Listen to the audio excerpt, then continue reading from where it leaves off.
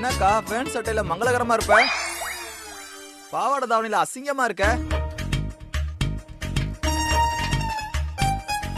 இது அசிங்கமா? ஏ நித்யா, பாக்குறதுக்கு எனக்கே ஒரு மாதிரி இருக்குடி. எப்படி அடக்க ஒடுக்கமா பாவாடை தாவணியில அழகா இருப்ப. இந்த கோலத்துல என்னாலேயே பார்க்க முடியல. என்னக்கா பேண்ட் சட்டையில மங்களகரமா இருப்ப, பாவாடை தாவணியில அசிங்கமா இருக்க.